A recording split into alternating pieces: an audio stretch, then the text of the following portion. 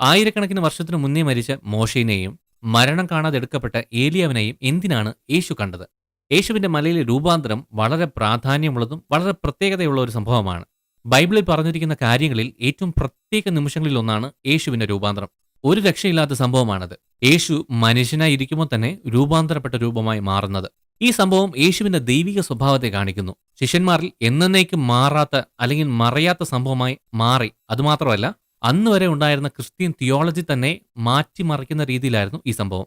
ആ സംഭവകഥ ഇങ്ങനെയാണ് ആരംഭിക്കുന്നത്. യേശുവും ശിഷ്യന്മാരും ഗലീലക്കടലിൽ നിന്ന് 40 കിലോമീറ്റർ ദൂരമുള്ള ഫിലിപ്പയിലെ സിസേരിയയിൽ പോയി. റോമൻ ചക്രവർത്തിയായിരുന്ന അഗസ്തസ് സീസറിന് കൊടുത്തിരുന്ന ക്ഷേത്രത്തിന് പേരുകേട്ട സ്ഥലമാണിത്. ഒരു സുപ്രധാന നിമിഷത്തിന്റെ പശ്ചാത്തലമായി ആ സ്ഥലം മാറി. തന്റെ ശിഷ്യന്മാർ തന്നെക്കുറിച്ച് എന്താണ് മനസ്സിലാക്കിയതെന്നറിയാൻ യേശു അവരോട് ചോദിച്ചു. മനുഷ്യപുത്രൻ ആരാണെന്നാണ് എല്ലാവരും പറയുന്നത് എന്ന് ചോദിച്ചു. അപ്പോൾ ഓരോ ആൾക്കാർ പറയുന്ന പല പല അഭിപ്രായങ്ങൾ ശിഷ്യന്മാർ അവനോട് പറഞ്ഞു. കുറച്ചുപേർ നിന്നെ യോഹന്നാൻ സ്നാപകൻ എന്ന് പറയുന്നു, കുറച്ചുപേർ നീ എലിയ പ്രവാചകനാണെന്ന് പറയുന്നു, വേറെ ചിലർ നീ യിരെമ്യാ പ്രവാചകനാണെന്ന് പറയുന്നു, കുറച്ചുപേർ നീ പ്രവാചകന്മാരിൽ ഒരാളാണ് എന്ന് പറയുന്നു. എന്നിട്ട് പെട്ടെന്ന് തന്നെ യേശു അടുത്ത ചോദ്യം ശിഷ്യന്മാരോട് ചോദിച്ചു. എന്നെക്കുറിച്ച് നിങ്ങൾ എന്താണ് മനസ്സിലാക്കിയതെന്ന് ചോദിച്ചു. പെട്ടെന്ന് ദൈവിക പ്രചോദനം ഉണ്ടായിട്ട് സൈമൺ പത്രോസ് ഇങ്ങനെ പറഞ്ഞു, നീയാണ് മശിഹ, ജീവനുള്ള ദൈവത്തിന്റെ പുത്രൻ. ഈ വെളിപ്പാട് പിതാവായ ദൈവത്തിൽ നിന്ന് നേരിട്ട് വരുന്നതാണെന്ന് യേശു തന്നെ അവിടെ അംഗീകരിച്ചതായിട്ട് നമുക്ക് കാണാം. ഈ കല്ലിന്മേൽ ഞാൻ എന്റെ സഭയെ പണിയും, പാതാള ഗോപുരങ്ങൾ അതിനെ ജയിക്കയില്ല എന്ന് യേശു പറഞ്ഞു. ഈ സംഭവിച്ചത് ഏറ്റവും പ്രധാനപ്പെട്ട കാര്യങ്ങൾ ശിഷ്യന്മാരോട് പറയാൻ ഒരു കാരണമായി. യേശു തനിക്ക് വരാൻ പോകുന്ന സംഭവങ്ങൾ അവരോട് പറയാൻ തുടങ്ങി. വലിയ കഷ്ടങ്ങളും മരണവും പുനരുത്ഥാനവും ഉൾപ്പെടുന്ന ഒരു വലിയ ദൗത്യത്തെക്കുറിച്ച് ശിഷ്യന്മാരോട് പറഞ്ഞു. അവൻ യെരുശലേമിലേക്ക് പോകണമെന്നും പോയി അവിടെ മതനേതാക്കളുടെ കൈകളാൽ കഷ്ടപ്പെടുകയും കൊല്ലപ്പെടുകയും 3-ാം ദിവസം ഉയർത്തെഴുന്നേൽക്കുകയും ചെയ്യും എന്ന് പറഞ്ഞു. ഈ വെളിപ്പാട് സുവിശേഷത്തിന്റെ മൂലക്കല്ലാണ്. യേശു മരുഭൂമിയിലേക്ക് വന്നതിന്റെ ദൗത്യത്തിന്റെ സാരാംശം. അത് കഴിഞ്ഞ് 6 ദിവസത്തിന് ശേഷം യേശു പത്രോസിനെയും യോഹന്നാനെയും യാക്കോബിനെയും ഒരു ഉയർന്ന മലയിലേക്ക് കൂട്ടിക്കൊണ്ടുപോയി. അവിടെ പ്രകൃത്യാതീതമായ ഒരു സംഭവം നടക്കുന്നു. യേശുവിന്റെ മുഖം സൂര്യനെ പോലെ തിളങ്ങി. അവന്റെ വസ്ത്രം ഒരിക്കലും കണ്ടിട്ടില്ലാത്ത വെളിച്ചം പോലെ വെളുത്തതായി മാറി. രൂപാന്തരം എന്നറിയപ്പെടുന്ന ഈ നിമിഷം മഹത്വീകരിക്കപ്പെട്ട ക്രിസ്തുവിനെയാണ് അവിടെ കാണുന്നത്. അവന്റെ വരാനിരിക്കുന്ന രാജ്യത്തെ അത് മുൻകൂട്ടി കാണിക്കുന്നു. യേശു ഈ രൂപാന്തരപ്പെട്ട് നിൽക്കുന്ന സമയത്ത് പഴയ നിയമത്തിലെ 2 പ്രധാന വ്യക്തികൾ മോശയും ഏലിയാവും വന്നു. അവരുമായി സംസാരിച്ചു കൊണ്ടിരുന്നു. മോശ നിയമത്തെയും ഏലിയാവ് പ്രവാചകന്മാരെയാണ് കാണിക്കുന്നത്. യേശുവിന്റെ കൂടെ അവരുടെ സാന്നിധ്യം നിയമത്തെയും പ്രവാചകന്മാരെയും ക്രിസ്തുവിലൂടെ പൂർത്തീകരിക്കുന്നതിനെയാണ് സൂചിപ്പിക്കുന്നത്. മോശയുടെയും ഏലിയാവിന്റെയും പ്രത്യക്ഷതയ്ക്ക് ആഴമായ പല അർത്ഥങ്ങളുണ്ട്. നിയമങ്ങളെ കൊടുത്തവനാണ് ഈ മോശ. ന്യായപ്രമാണത്തിന്റെ സമ്പൂർണതയാണ് കാണിക്കുന്നത്. ഇസ്രായേലിലെ ഏറ്റവും ശക്തനായ പ്രവാചകന്മാരിൽ ഒരാളാണ് ഏലിയാവ്. അത് പ്രവാചക പാരമ്പര്യത്തെയാണ് കാണിക്കുന്നത്. അവർ ഒരുമിച്ച് തിരുവെഴുത്തുകൾ നിറവേറുന്നതിൽ യേശുവിന്റെ പങ്കിനെ സ്ഥിരീകരിക്കുകയാണ് ചെയ്യുന്നത്. ഈ രംഗം കണ്ട് ഞെട്ടി എന്ത് ചെയ്യണമെന്ന് അറിയാത്ത പത്രോസ് യേശുവിനും മോശയ്ക്കും ഏലിയാവിനും വേണ്ടി 3 കൂടാരം അവിടെ അടിക്കട്ടെ എന്ന് ചോദിച്ചു. അവൻ പറഞ്ഞു തീരുന്നതിനു മുമ്പ് വലിയ മേഘം അവരെ പൊതിഞ്ഞു. മേഘത്തിൽ നിന്നുള്ള ഒരു ശബ്ദം ഇങ്ങനെ പറഞ്ഞു, ഇവൻ എന്റെ പ്രിയ മകൻ, ഇവനിൽ ഞാൻ പ്രസാദിച്ചിരിക്കുന്നു, ഇവന് ചെവികൊടുപ്പിൻ. ഈ ദിവ്യ ശബ്ദം യേശുവിന്റെ വ്യക്തിത്വത്തെയും ആ മഹത്വമുള്ള ദൗത്യത്തെയും വീണ്ടും സ്ഥിരീകരിക്കുന്നു. അവൻ പ്രത്യേക മകനാണെന്ന് എടുത്തു പറയുകയാണ് ചെയ്യുന്നത്. അവിടെ ആ ശബ്ദം കേട്ടിട്ട് ഭയന്ന് ശിഷ്യന്മാർ കവിണ്ണു വീണു. ശിഷ്യന്മാരെ തൊട്ട് ഭയപ്പെടേണ്ട എന്ന് യേശു പറഞ്ഞു. അവർ തലപ്പൊക്കി നോക്കിയപ്പോൾ യേശുവിനെ മാത്രമേ കണ്ടുള്ളൂ. യേശു കേവലം എല്ലാവരെയും പോലെ ഒരാളല്ല, മറിച്ച് എല്ലാവരെക്കാളും വലിയവനാണെന്നും ഈ നിമിഷം എല്ലാ പ്രവാചകന്മാരെക്കാളും എല്ലാ നേതാക്കന്മാരെക്കാളും വലിയവനാണെന്ന് എടുത്തു കാണിക്കുന്നു. അവർ മലയിൽ നിന്ന് താഴേക്ക് ഇറങ്ങുന്ന സമയത്ത് താൻ ഉയർത്തെഴുന്നേൽക്കും വരെ ഈ കണ്ട ദർശനം രഹസ്യമായി സൂക്ഷിക്കാൻ യേശു ശിഷ്യന്മാരോട് പറഞ്ഞു. തന്റെ ദൗത്യത്തെയും സമയത്തെയും കുറിച്ച് ഒരു തെറ്റിദ്ധാരണ ഉണ്ടാകാതിരിക്കാനാണ് ഈ കാര്യം രഹസ്യമായി വയ്ക്കാൻ ശിഷ്യന്മാരോട് പറഞ്ഞത്. യേശുവിന് അറിയായിരുന്നു ജനക്കൂട്ടം അവനെക്കുറിച്ച് കേട്ടാൽ അതിന്റെ പിന്നിലെ യഥാർത്ഥ അർത്ഥം, അതായത് യേശുവിന്റെ ദൗത്യവും നിത്യമായ രാജ്യത്തിന്റെ ഉയർത്തെഴുന്നേറ്റ രാജാവായി വരുന്നതിനെക്കുറിച്ച് മനസ്സിലാക്കാതെ അവർ അതിനെ തെറ്റിദ്ധരിച്ച് ഉടൻ തന്നെ അവിടുത്തെ രാജാവാക്കും. അതുകൊണ്ട് ആരും ആരോടും പറയരുത് എന്ന് കർശനം പറഞ്ഞു. മോശയും ഏലിയാവിനെയും കണ്ടപ്പോൾ ഏലിയാവ് മടങ്ങി വരുമെന്ന പ്രവചനം എപ്പോൾ സംഭവിക്കുമെന്ന് ചോദിക്കാൻ ശിഷ്യന്മാരെ പ്രേരിപ്പിച്ചു. അതിന് യേശു, ഏലിയാവ് നേരത്തെ തന്നെ യോഹന്നാൻ സ്നാപകന്റെ രൂപത്തിൽ വന്നിട്ടുണ്ട്.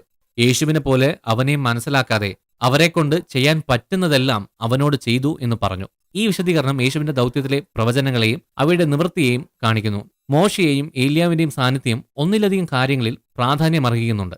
യഹൂദ ചരിത്രത്തിലെ ഏറ്റവും വലിയ നേതാക്കളിൽ ഒരാളാണ് മോശ. ദൈവജനത്തിന് കൊടുത്ത നിയമത്തെ അത് കാണിക്കുന്നു. അസാധാരണമായ ജീവിതവും നല്ല രീതിയിൽ ജനത്തെ കൊണ്ടുവന്നിട്ടും മോശയുടെ അനുസരണക്കേട് കാരണം വാഗ്ദത്ത ദേശത്ത് കയറിയില്ല.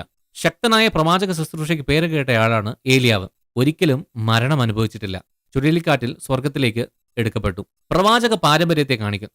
മോശയുടെ ജീവിതം ദൈവത്തിന്റെ ഇടപെടലുകളും നേതൃത്വ രീതിയിലുള്ള പ്രശ്നങ്ങളും നിറഞ്ഞതാണ്.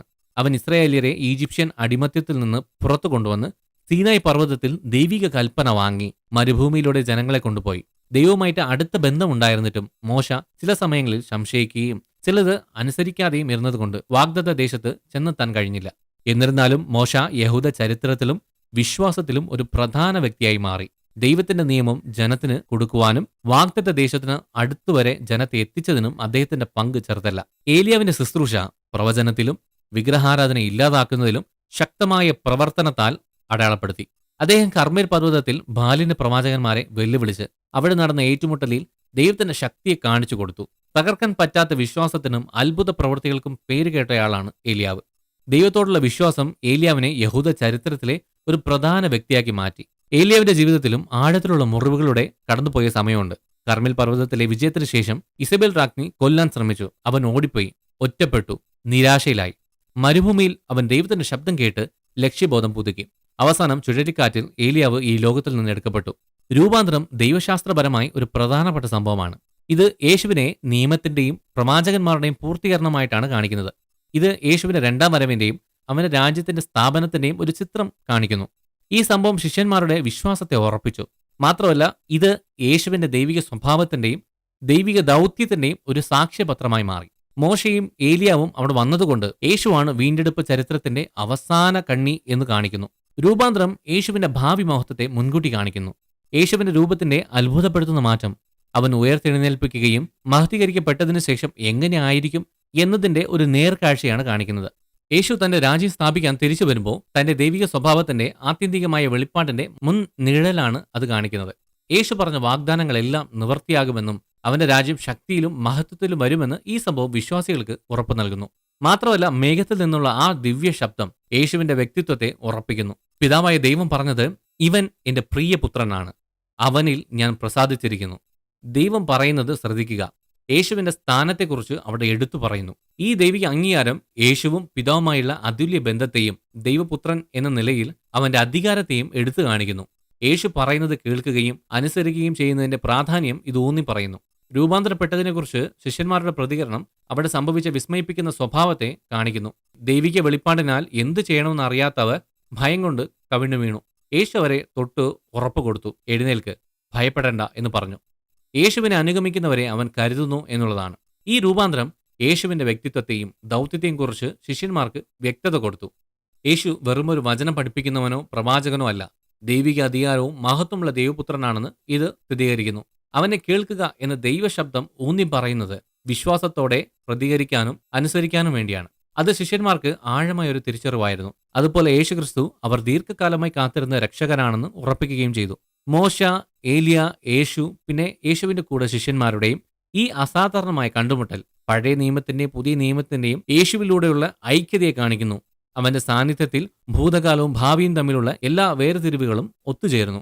കൂടാതെ എല്ലാ സൃഷ്ടികളും പരമാധികാരിയായ ഭരണാധികാരി എന്ന നിലയിൽ അവന്റെ ദൈവിക അധികാരത്തെ അംഗീകരിക്കുന്നു. യേശുവിന്റെ ഈ രൂപാന്തരം വരാൻ പോകുന്ന രാജ്യത്തെയും പൂർണ്ണതയുമാണ് കാണിക്കുന്നത്.